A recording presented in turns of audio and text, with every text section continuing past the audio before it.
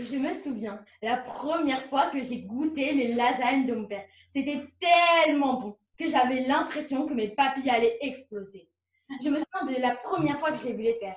J'ai cru qu'il avait été programmé pour pouvoir les faire aussi bien. Je me souviens de tous ces mélanges de saveurs, de la poudre de perlimpinpin, du coulis d'amour et surtout cette toute petite touche d'ingrédients mystères que celle connaît mon père.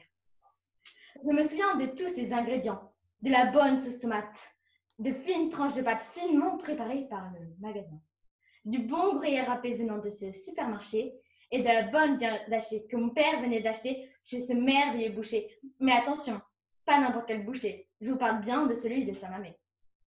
Je me souviens que je dois attendre au minimum un siècle pour pouvoir les savourer.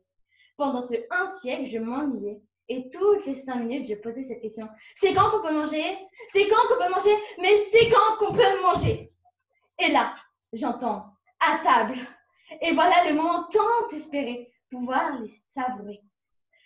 Je commence par m'asseoir. Je respirais lentement quand, soudain, mon assiette remplie une grosse part de ce merveilleux chef-d'œuvre surgit sur la table.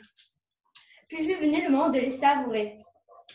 Quand ce moment est commencé, dans ma bouche, c'était un peu comme s'il y avait un feu d'artifice, un peu comme la foule au concert de Matt Pokora ou encore les New-Yorkais devant un magasin le jour du Black Friday. Mais bon, je me souviens surtout que je vais attendre toute la journée pour pouvoir les savourer.